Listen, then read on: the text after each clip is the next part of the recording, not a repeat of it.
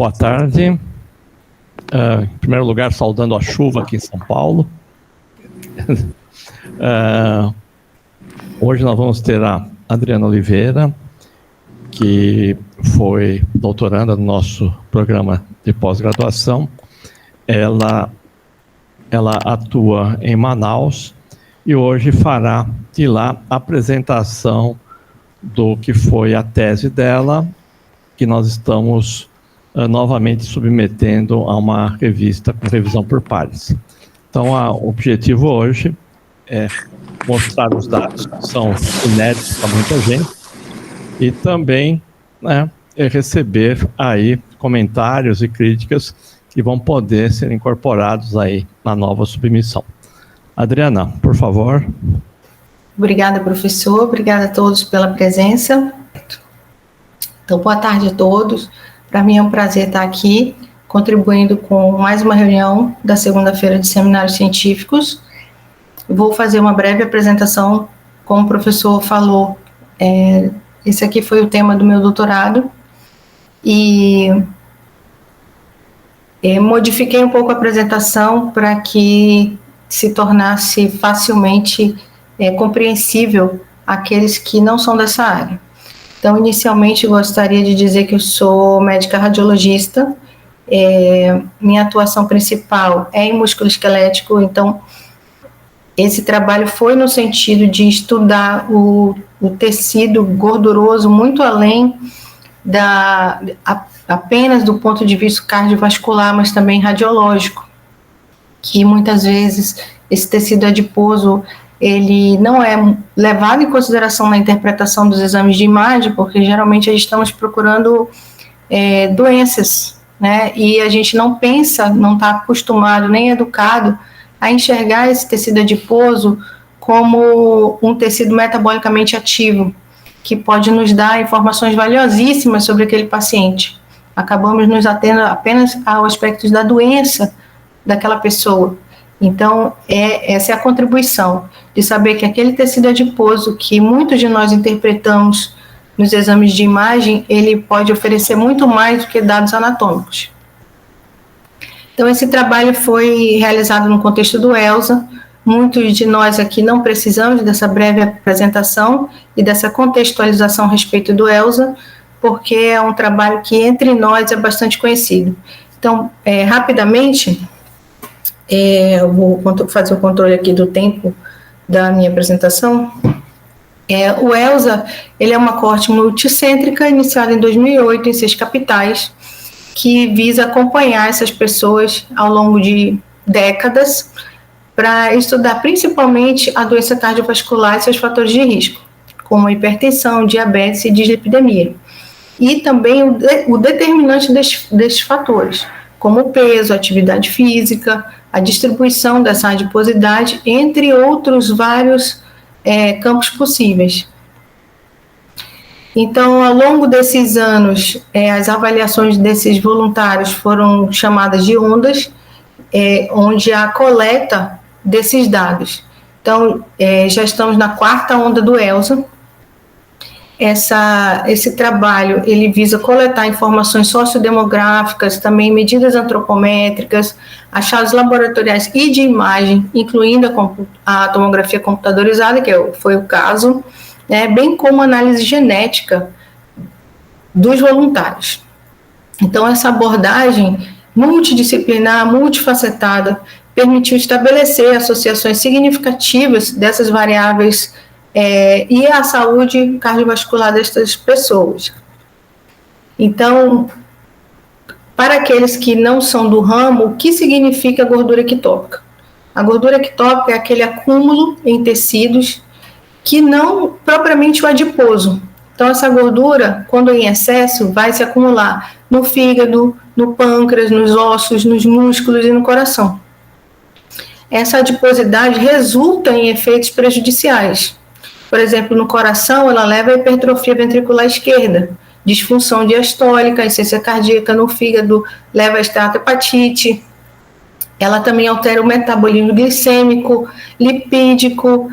E nesse estudo a gente abordou os sítios primários de gordura, então aqueles sítios que são feitos anatomicamente para esses depósitos. Então, a gordura total, a gordura visceral, que seria a gordura metabolicamente ativa, e a gordura subcutânea. Então, principalmente os depósitos primários de gordura e os depósitos ectópicos. Então, estudamos fígado, seio renal e a musculatura, representada pelo psoas e pela musculatura paravertebral. Então, o ELSA, ele é tão extenso e já tem tantos dados que já há bastante publicado a respeito da gordura ectópica dentro do ELSA Brasil. Então, temos gordura ectópica acessada por ultrassom, temos a gordura ectópica do coração e, particularmente em trabalhos prévios em grupos que eu frequentei, também já publiquei a respeito de gordura ectópica no pescoço. Audace 2020. Então, como que se faz, de onde veio o interesse agora do estudo da musculatura? Então, vários grupos se debruçaram sobre essa problemática do acúmulo de gordura e cada grupo resolveu estudar um segmento. Nessa área musculoesquelética na qual eu estou inserida, o interesse desde 2016 para cá é na infiltração gordurosa da musculatura, tanto paravertebral, que nós sabemos que é uma musculatura altamente suscetível às mudanças no estilo de vida, então, ao aumento do exercício, hábitos saudáveis de vida, eles repercutem muito no trofismo da musculatura paravertebral. E também na gordura do psoas, que ao contrário da musculatura paravertebral, o psoas é um grupo muscular que se mantém estável ao longo da vida. E tem se visto, desde 2016, que existe correlação entre esse trofismo muscular e a mortalidade, e principalmente entre aquelas pessoas que estão mais lipossubstituídas. Então, dentro do assunto gordura ectópica e infiltração gordurosa na musculatura, já temos também vários estudos dentro do ELSA no campo da sarcopenia, que seria a perda da massa muscular ao longo do tempo. Então, existem critérios bem estabelecidos para se falar em sarcopenia, aqui definidos no consenso europeu de sarcopenia. Então, seria a força, a quantidade muscular, a qualidade e uma baixa performance física. Essa avaliação por completo, ela depende de exames dedicados, específicos e exclusivos para esse fim. Então, isso aumenta a necessidade de outro tipo de instrumentação. Então, precisa de aparelhos específicos para avaliar essa perda da massa muscular. Diferentemente do que ocorre na tomografia, em que aquela pessoa vai fazer um exame por outros motivos, por um motivo de doença, e aquela informação que já vem no exame pode acessar tão bem ou melhor esse tipo de exame específico dedicado com aparelhos para este fim. Então, essa parte aqui é a parte radiológica propriamente, em que é necessário explicar o que é a unidade Hounsfield. Então, a unidade Hounsfield, ela é uma unidade que é utilizada para todos os métodos que utilizam o raio-x como o seu criador. Então, na tomografia computadorizada, essa escala de cinza aqui, ela representa um número. E esse número, ele dá um valor específico para cada escala de cinza desse aqui. Por isso aqui a unidade Hounsfield é uma escala numérica de uma variável quantitativa, ela é acessada diretamente ao aparelho que dá, e essa escala de cinza, ela representa um número. Então, essa seta azul indicando a emissão de um feixe de raio-x, por exemplo, ele atravessa o ar, e não ocorre nenhuma interação desse feixe de raio-x com o ar, e ele pode ser captado aqui por um receptor na mesma quantidade em que ele saiu do emissor, ele vai ser captado no receptor, e isso aqui vai gerar uma imagem preta, ou seja, a gente diz no jargão comum que queimou completamente aqui o receptor. Houve uma percepção completa desse feixe que saiu do emissor aqui no receptor. Do outro lado, se a gente coloca aqui, por exemplo, um osso, esse feixe de raio-x que saiu do emissor vai interagir com o osso, então essa radiointeração vai fazer com que esse emissor capte uma pequena ou uma menor quantidade em relação ao que foi emitido inicialmente aqui nesse polo do emissor. Então, isso aqui vai haver uma interação entre o raio-x e o tecido, e esse receptor vai receber aqui uma quantidade menor desse feixe de raio-x que foi emitido aqui. E dessa forma, ao longo de toda essa escala, a gente consegue dizer, em relação ao número que é percebido aqui no receptor, que tipo de tecido é esse ao longo da escala. Então, a gordura, e essa aqui é uma informação importante, ela é sempre negativa, ela está no lado negativo da escala. A água, ela funciona como um importante calibrador do sistema. Então, quando a gente está calibrando um aparelho de tomografia, a gente coloca lá um Fenton, que a gente chama de Fenton, para passar numa quantidade específica de volume de água, e o resultado aqui é 0. Então, a gente calibra para a água e a densidade da água é considerada 0. E no lado positivo da escala, temos as partes moles, que estão ali por volta de 30 a 45 unidades Hounsfield, o sangue, que começa a ser hiperdenso, a escala começa a ficar branca, e também o contraste, o osso, metal, etc. Então, dentro dessa explicação da unidade Hounsfield, quando a gente olha aqui os cortes tomográficos de abdômen superior, a gente sabe que emitimos uma quantidade padrão de raio-x aqui. Esse raio-x interagiu com o tecido hepático e foi captado aqui no emissor uma quantidade que é mensurável desse raio-x aqui no receptor. Esse fígado está escuro. Por outro lado, esse fígado aqui está mais branco. Então, esse aqui tem uma unidade Hounsfield menor em relação a esse. Esse aqui, por ser um fígado escuro, podemos dizer que ele está infiltrado por gordura. E assim a gente avalia a esteatose hepática. Então, o fígado escuro, ou seja, numa unidade Hounsfield negativa, e isso é importante, sempre lembrar que a gordura ela tem uma unidade Hounsfield negativa. Então, o fígado que é esteatótico, ele é um fígado escuro, em relação a um fígado normal ou um fígado denso. Então, nesse trabalho, nós adquirimos 2 níveis de corte, nós não adquirimos a volumetria completa do abdômen desse paciente, tá? Isso aqui é um exemplo aleatório, só para mostrar que foi feito um corte na altura do abdômen superior e um corte na altura de L4.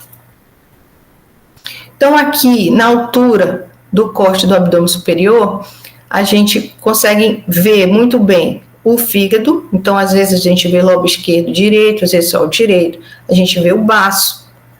A gente consegue acessar toda essa gordura de plano subcutâneo, gordura visceral. Em alguns casos, a gente consegue ver a gordura do seio renal. E quando conseguimos, ela foi avaliada. E no segundo corte, no corte na altura de L4, a gente consegue ver a gordura total, tanto do plano subcutâneo, esse que fica da parede abdominal para fora, quanto da parede abdominal para dentro, que seria a gordura visceral. Então, gordura total, tanto dentro quanto fora, gordura do plano subcutâneo e gordura visceral. A gordura visceral sendo chamada de VET e gordura subcutânea SAT, Subcutaneous Adipose Tissue. Então, como é que a gente fez a avaliação diária, tanto diária quanto de unidades Hounsfield? Então, na altura da 4ª vértebra lombar, a gente adquiriu esse corte. E aí eu tenho uma ferramenta semiautomática no software de interpretação de exame, em que eu coloco, pinta para mim de vermelho tudo aquilo que for de menos 50 a menos 250. Então, aqui eu garanto que ele vai pintar as células, o tecido adiposo. Estou no lado negativo da escala. Ele vai pintar tudo e vai me dar uma área total de gordura, total fat. E aí depois eu venho com uma ferramenta manual, eu vou manualmente, com conhecimento anatômico, e vou apagando a gordura de todo o plano subcutâneo. Então venho com a borracha, apago tudo aquilo que não é visceral. E aí eu vou resultar nessa imagem. Nessa imagem aqui, eu tenho de vermelho achurado e informado aqui na minha caixinha a área total da gordura visceral. E quando eu faço a subtração dessa total menos a visceral, eu vou ter a área que eu apaguei. Então, em todo o corte no autogel L4, eu vou ter a gordura total, a gordura visceral e a gordura do plano subcutâneo. E como isso foi feito na musculatura paravertebral? Então, conhecemos a importância do conhecimento anatômico da musculatura paravertebral. Aqui na altura de L4, a gente passou um corte, que foi esse. A musculatura paravertebral, ela tem um componente medial, que é o multífidos, e o músculo longo paravertebral. E aí a gente colocou um ROI, que é Region of Interest. Então, a região de interesse dentro dessa musculatura, intencionalmente evitando vasos, evitando planos miofaciais, para pegar a melhor densidade que aquela musculatura pode me oferecer. Então, tanto a direita quanto a esquerda, a gente obteve a densidade que esse cinza aqui dentro demonstra, tá? Então, é o min. Então, aqui deu 44 de um lado e 42 do outro. Então, isso foi feito para todos os indivíduos em que fizemos análise, tanto na musculatura paravertebral quanto em pessoas. O ELSA já publicou previamente esse excelente artigo sobre ancestralidade, em que foi estudado o DNA desses indivíduos. Então, a partir de amostras que foram genotipadas, conseguimos dizer a origem daquele indivíduo. Então, o ELSA é muito rico, porque a gente pode dispor tanto da raça autorreferida, como aquela pessoa se enxerga no meio social em que ela convive. Então, eu sou branco, sou preto, sou pardo.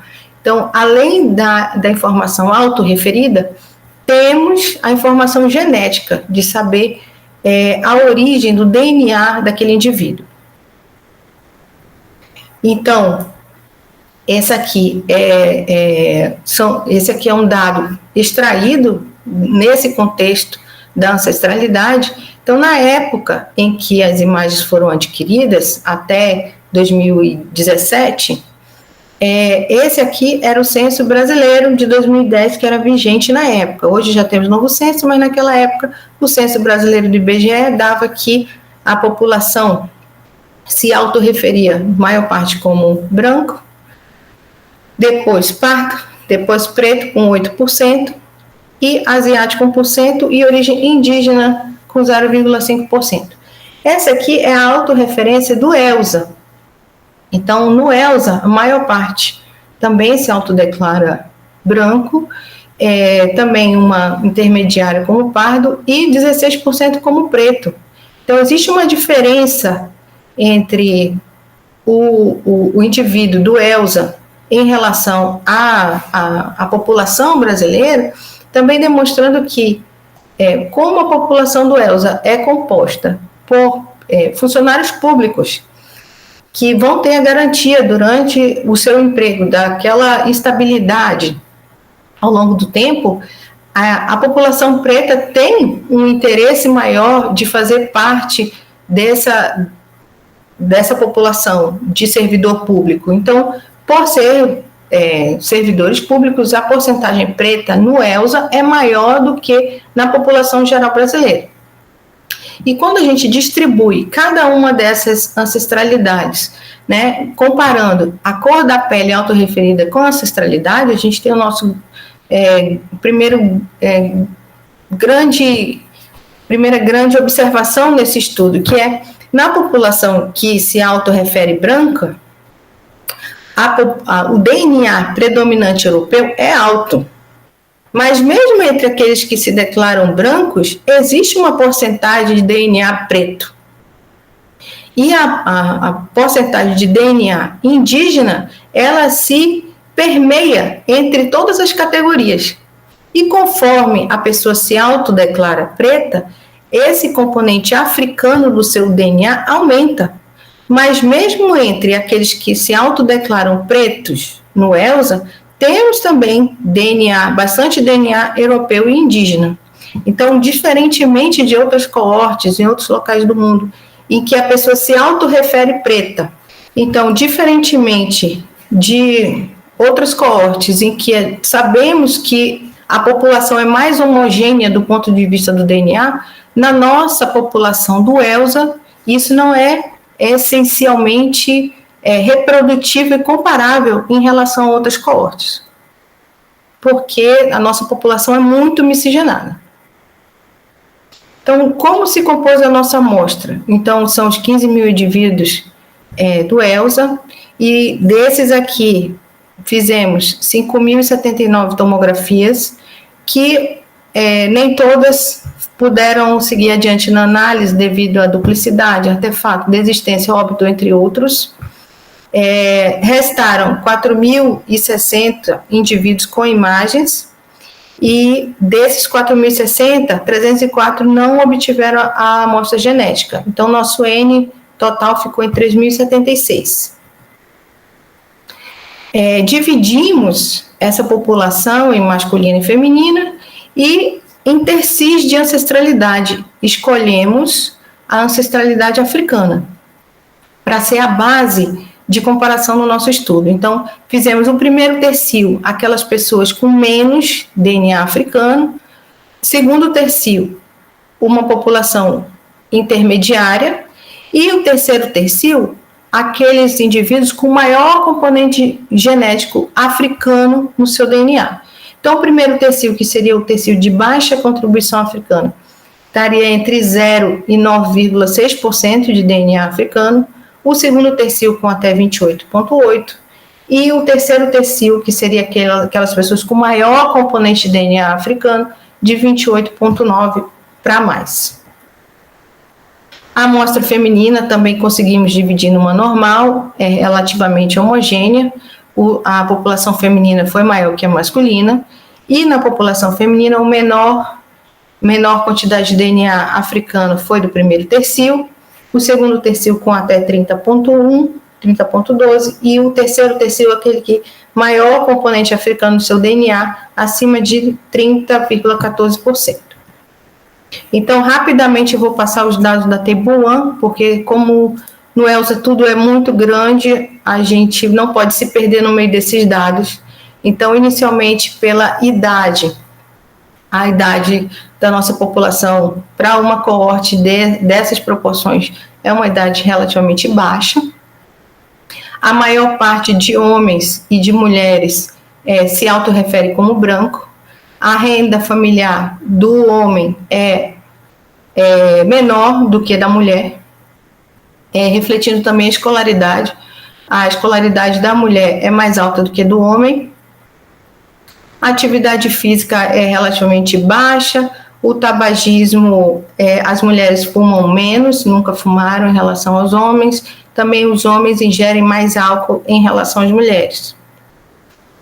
Quanto aqui a achados laboratoriais e de imagem, a presença do diabetes é em cerca de 20% desses indivíduos. A maioria dislipidêmicos, ou com o laboratório alterado, ou que fazem uso de algum medicamento da categoria principalmente das estatinas na nossa população.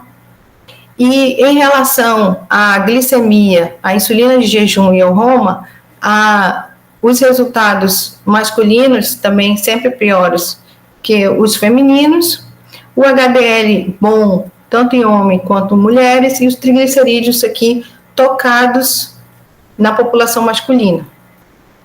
Então, resumindo o risco cardiovascular por gênero até agora, então, cerca de 20% de diabetes em cada grupo, então, tanto em homens quanto mulheres, também dislipidêmicos. Os homens tiveram glicemia, insulina e Roma maiores, com triglicerídeos limítrofes, e o HDL dos homens normal e das mulheres HDL e triglicerídeos. Então, aqui começa a análise tomográfica.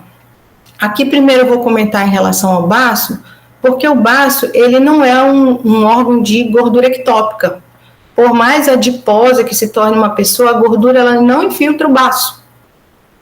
Então, isso demonstrando que, olha como o baço, a densidade do baço é relativamente homogênea, tanto em mulheres quanto em homens, e independente da ancestralidade, essa densidade ela não se altera. Isso garantindo para a gente que os nossos dados são confiáveis, que o nosso aparelho está calibrado e que são dados de população amplamente já conhecidos no universo tomográfico e que se reproduziram no nosso estudo. Então, aqui eu vou trazer primeiro para essa área da gordura, área total da gordura. Então, quando a gente pede para o aparelho pintar para a gente, pinta toda a gordura. Então, nos homens, o primeiro tercio, que é o tercio menos africano, demonstrou que nesse grupo tem a maior área de gordura total. Nas mulheres, a gordura total ela é mais acentuada no tercio mais africano. Então, a mulher de DNA africano, ela tem maior quantidade de gordura total lá na altura de L4. Mas esse comportamento, ele é diferente. Por quê? A gordura do plano subcutâneo, ou seja, da parede abdominal para fora, ela é dita protetiva. E a gordura visceral, que é aquela que envolve os órgãos, ela é mais metabolicamente ativa e de lá vem consequências cardiovasculares ruins. Então, no homem que tem maior ancestralidade europeia ou ameríndia, essa gordura está mais concentrada, é ele que concentra mais em relação ao africano, então tem mais área de gordura total no homem europeu em relação ao homem africano, e na hora de distribuir essa área de gordura maior, essa gordura vem para o compartimento visceral. Essa área da gordura visceral aqui é maior no tercio menos africano. Na mulher, isso já é diferente. Embora a mulher que tem DNA africano, ela deposite mais gordura, ela é uma mulher mais adiposa, mas essa gordura vem para o compartimento subcutâneo. E quem é que faz maior depósito de gordura visceral? É essa mulher com menos DNA africano, mais europeu. É ela que deposita a maior quantidade de gordura visceral. Então, a atenuação hepática também avaliamos, então, lembrando lá daquela figura que o fígado mais escuro, ele é mais adiposo, então é densidade mais baixa, unidade de Hounsfield mais baixa. Então, o homem aqui com maior DNA europeu, ele tende a ter um fígado mais esteatótico. O fígado aqui nas mulheres não variou significativamente entre os tercis. A gordura do seio renal também é pior, né, no grupo mais europeu. E em relação à atenuação do músculo, então, quanto mais denso o músculo, mais branco é uma unidade de Hounsfield maior. Quanto mais infiltrado de gordura, mais à esquerda ele vai estar na escala. Então, temos que a infiltração gordurosa da musculatura, ela é maior naquele grupo de DNA menos africano, tanto em homens quanto em mulheres. Então, essa é uma tabela grande, mas rapidamente vou mostrar os dados mais interessantes.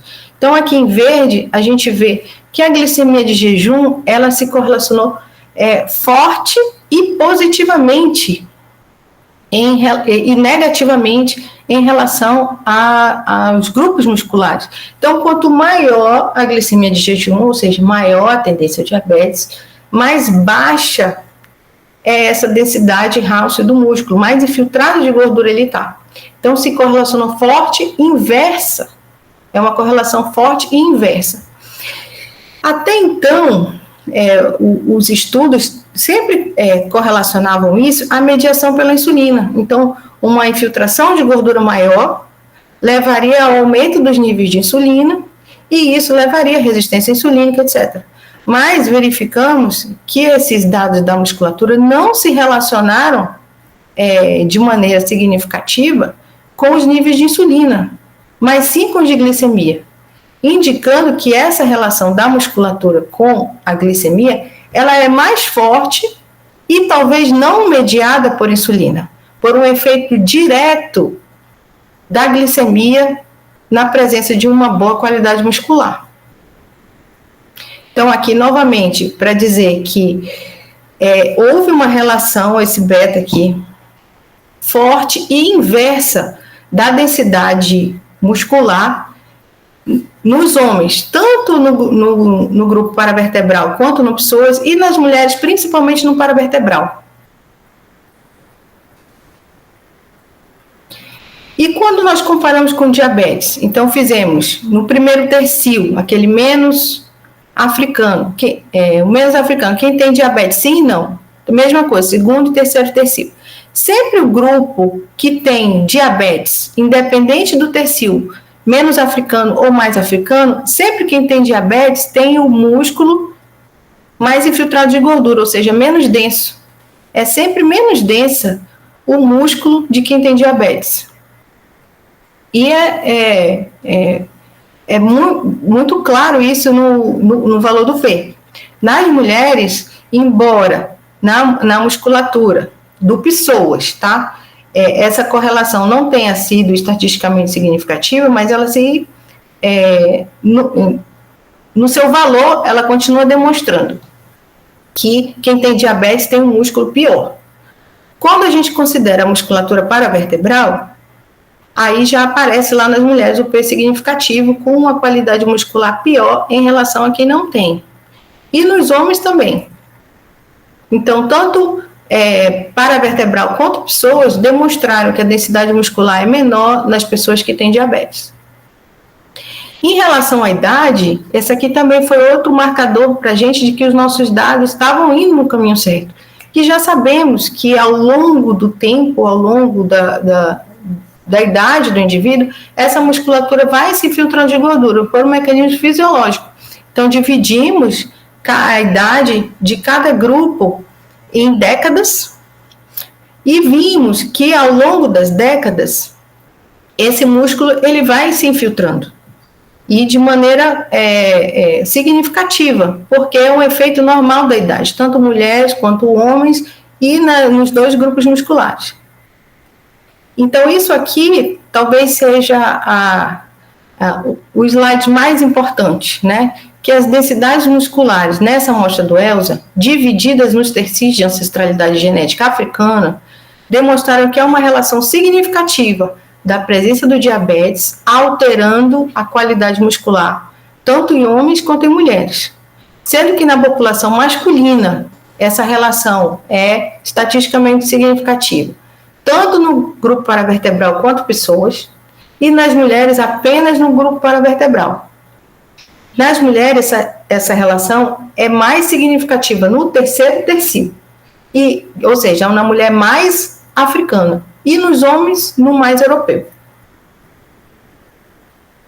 Então, esses nossos dados, eles nos suscitaram vários tipos de discussão, né, e outras ideias para serem exploradas no futuro. Então, existe uma infiltração adiposa diferente entre os gêneros, né, que demonstra expressões cardiovasculares diferentes a depender do perfil genético. E, embora as variações de densidade muscular no psoas sejam pequenas, varia pouco psoas ao longo da vida, ela está diretamente relacionada ao IMC. E a idade atua como um agente independente da ancestralidade na densidade muscular. Então, mesmo se ele for africano, né, que tenha a robustez muscular mais evidente, ele também vai se infiltrar de gordura ao longo do tempo. Então, esse esquema aqui, ele traz uma elucidação das nossas fronteiras de conhecimento a respeito desse tema. Muito se fala da resistência insulínica e de todos os fatores que levam ao aumento da resistência insulínica. Mas hoje, a gente, com esses novos estudos em relação à sarcopenia, sabemos que uma coisa não está diretamente relacionada com a outra. Existem etapas diferentes de interação celular, que, por exemplo, da sarcopenia, a baixa densidade, baixa qualidade muscular, leva à redução da glicose, ou seja, da glicemia alta, uma hiperglicemia, tendência a diabetes, né? Então, essa relação da resistência insulínica levando à hiperglicemia ou diabetes, ela é mediada por fatores intermediários no meio do caminho. Nem tudo é passível de explicação apenas pela resistência insulínica. Existem alguns efeitos diretos da sarcopenia com a glicemia.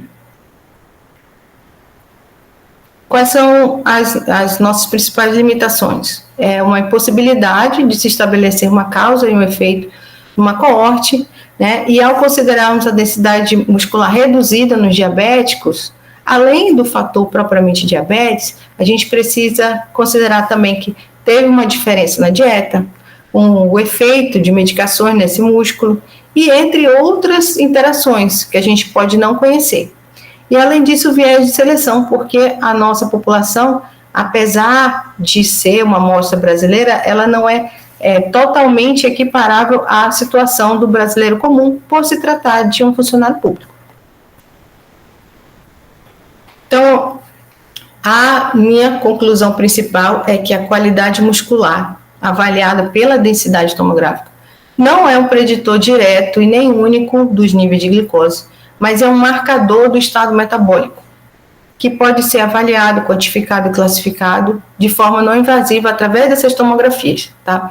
Então, antes dessa conclusão principal, temos que esses depósitos nessa população, esses depósitos de gordura em sítios primários, adiposos e gordura ectópica, quando distribuídos em tecidos de ancestralidade, variam entre os gêneros. Nas mulheres e homens, os depósitos de gordura, eles diferem, como a gente viu. Nas mulheres, embora o depósito de gordura total seja maior no componente africano, ela tem um armazenamento de maior risco naquela população que tem menos DNA africano. E nos homens, tanto a gordura total quanto o depósito num local ruim é feito no indivíduo de menor ancestralidade africana. Esses foram os meus dados, agradeço imensamente ao professor, sempre presente na minha vida acadêmica, meus filhotes que são o meu motivo de estar fazendo tudo o que eu faço. Obrigada. Vamos dar início.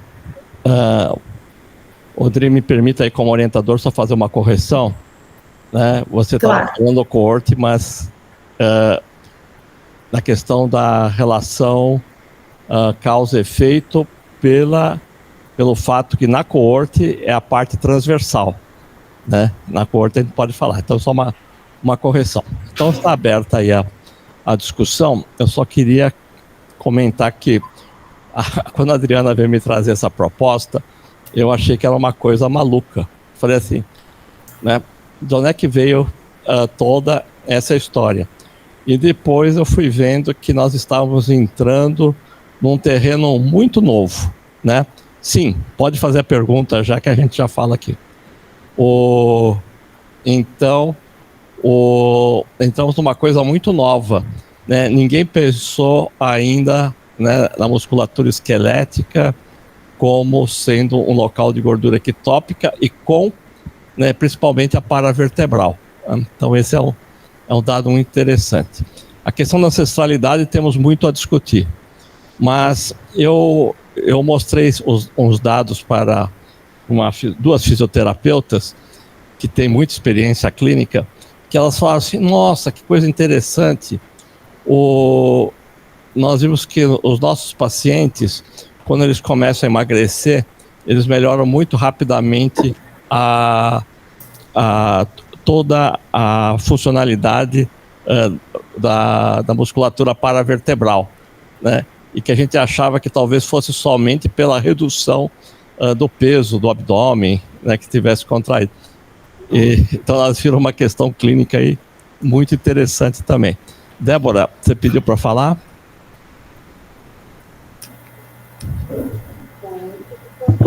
Você está me ouvindo?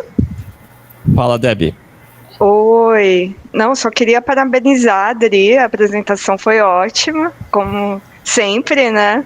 A apresentação do doutorado dela também. Deixa eu abrir a câmera aqui. Oi. Muito didática. Eu, como radiologista, eu fiquei imaginando se eu entenderia essa apresentação não sendo radiologista, e eu acho que foi muito didático, assim. Teve bastante paciência para explicar as questões radiológicas. Parabéns, Eri. Eu só queria fazer um comentário só para deixar claro. Quando a gente fala que existe mais negros e pardos no ELSA, nas universidades, esse é um fato decorrente do racismo, né? Não na universidade, mas nas empresas privadas, né? Então, eles conseguem ter mais empregos, se manter nos empregos públicos do que privados, tá? Só para que ninguém tenha dúvida em relação a isso.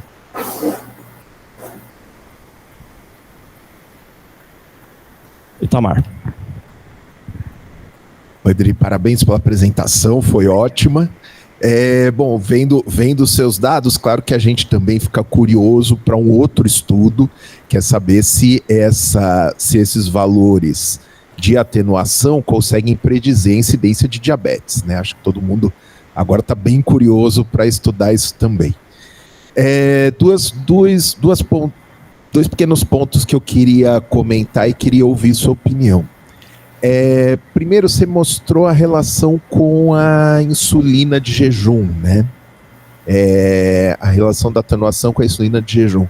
Talvez a insulina de jejum tenha muitos interferentes que você não consiga mapear durante o estudo, né? Porque você vai ter desde aquele paciente que tem uma hiperglicemia começando, né? Ou no início da fisiopatologia do diabetes, você vai ter aquela pessoa que está entrando em falência, você vai ter efeito de medicamento.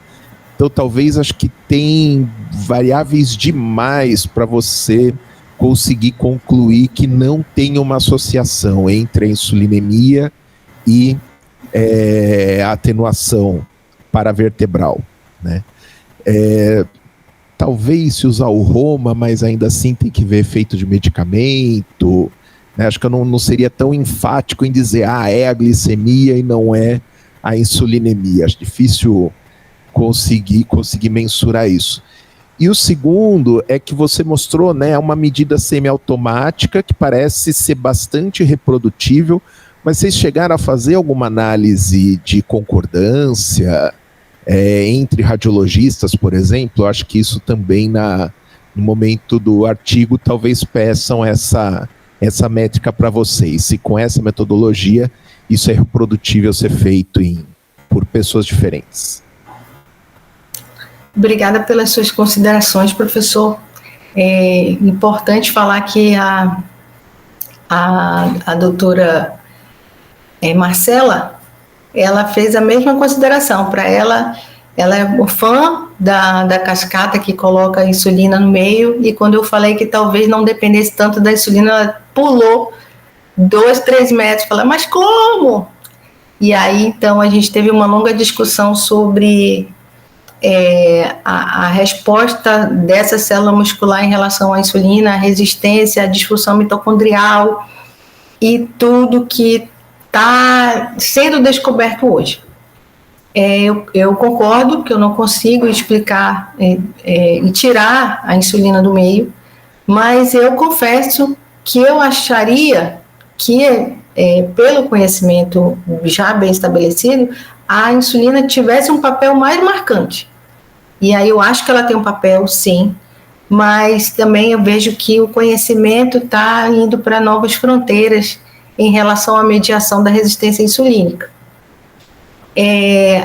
No que diz respeito à análise interobservador, a Débora, a gente fez um CAPA entre nós, né? A gente já trabalha nesse ramo já há mais de 10 anos, desde que nós nos conhecemos lá em Boston, e desde lá, e foi por isso que gerou esse doutorado, a gente já fazia uso dessa ferramenta semiautomática, inclusive nos mesmos modelos. Então, existiu realmente um coeficiente interobservador que nós fizemos, eu só não coloquei aqui na apresentação. Legal, obrigado.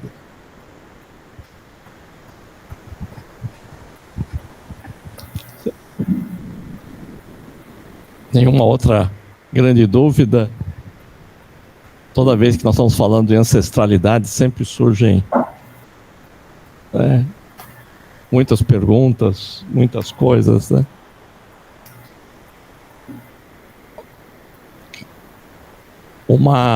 Só para vocês explicarem, essa fase do ELSA, nós pegamos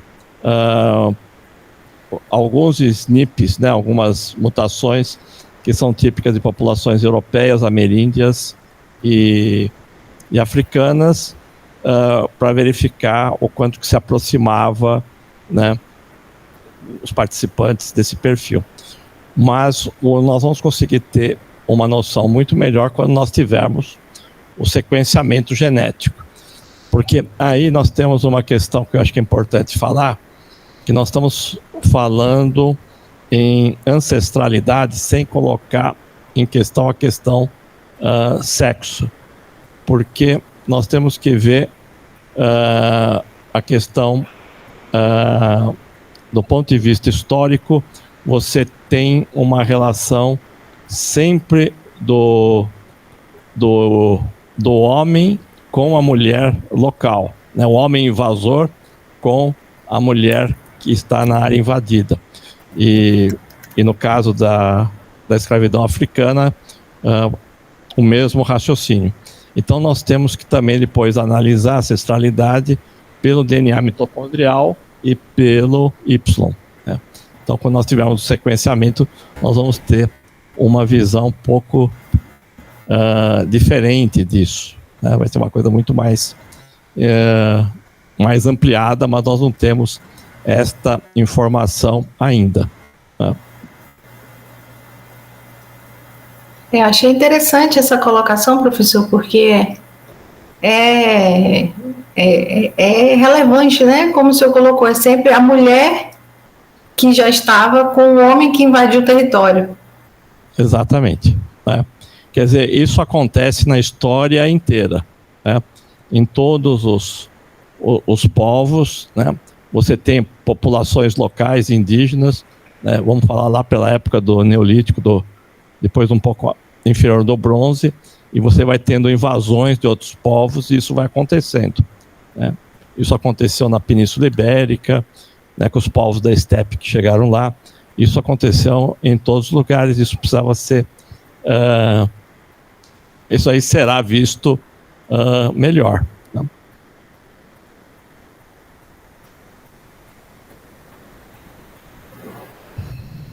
Isabela. Oi, na verdade, só para esclarecer, esses dados são da onda 2, né? Então, agora a gente tem 4 anos de segmento, que é a onda 3, e vai ter mais 5 anos de segmento, que é a onda 4. Então, logo vai dar para fazer estudos usando a gordura como exposição e os desfechos. Aí você, em vez de usar realmente o desfecho glicemia, que é um desfecho muito secundário, você pode usar diagnóstico de diabetes, e depois você pode ver eventos cardiovasculares, né? Uma coisa que eu acho que é importante, quando você mostra o seu slide das proporções, você vai ver que a ancestralidade indígena é praticamente a mesma, né, em todos os níveis. E quando você perguntava para as pessoas no ELSA como elas se definiam, muito pouca gente se definiu como indígena. Então, na verdade, houve uma miscigenação que se perdeu, aí as pessoas nem sabem que elas têm uma ancestralidade indígena, né? Isso foi perdido, esse conhecimento foi perdido. Então, é uma coisa que mostra como foi a ocupação e a questão do indígena durante anos e anos com os portugueses, e assim vai, né? E a situação sempre sobra mais para a mulher, não tem muito o que falar. O professor me fez essa pergunta quando cheguei no ELSA pela primeira vez, e eu sou de Manaus, cresci aqui, minha família toda aqui. Ele perguntou, como você se define? Eu falei parda. Aí ele falou, parda? Aí eu comentei um pouco para ele sobre a origem da minha família. Tem um avô português, e minha mãe é nascida no Seringal do Acre, daquele pessoal dos soldados da borracha que saíram para tirar seringa ali para a Primeira e Segunda Guerra, que já tinha tido invasão holandesa por lá. Então, em nenhum momento passou por mim a questão indígena. Então, isso aí está arraigado em mim, que sou daqui.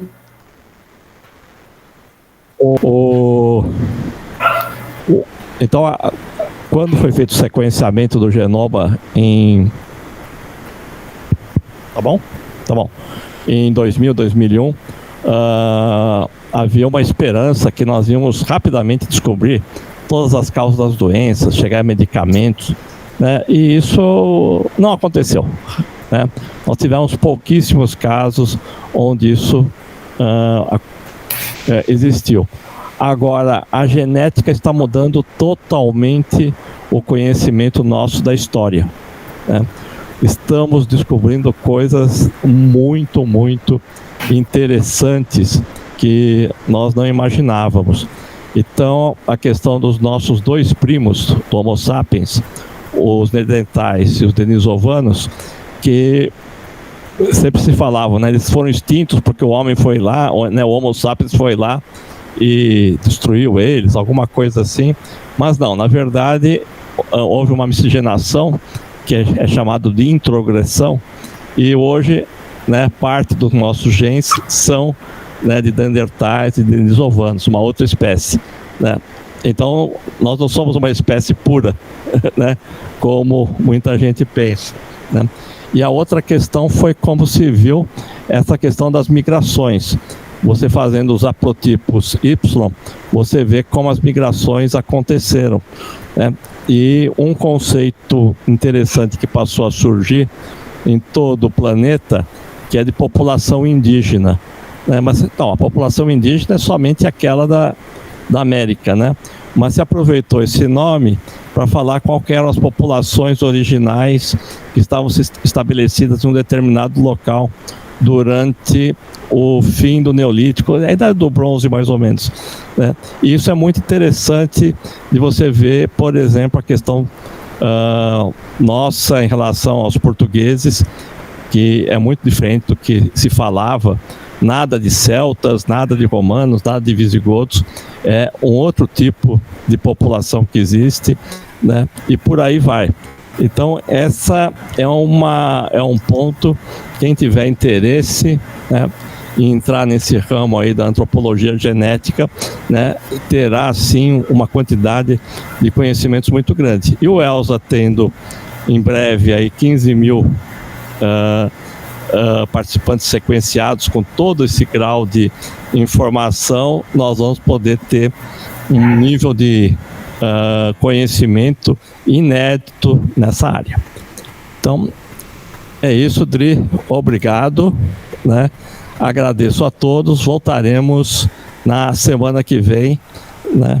Espero que sem problemas maiores aí de comunicação, né? Que está nos afetando. Tá bom? Obrigado, então. Obrigada, pessoal.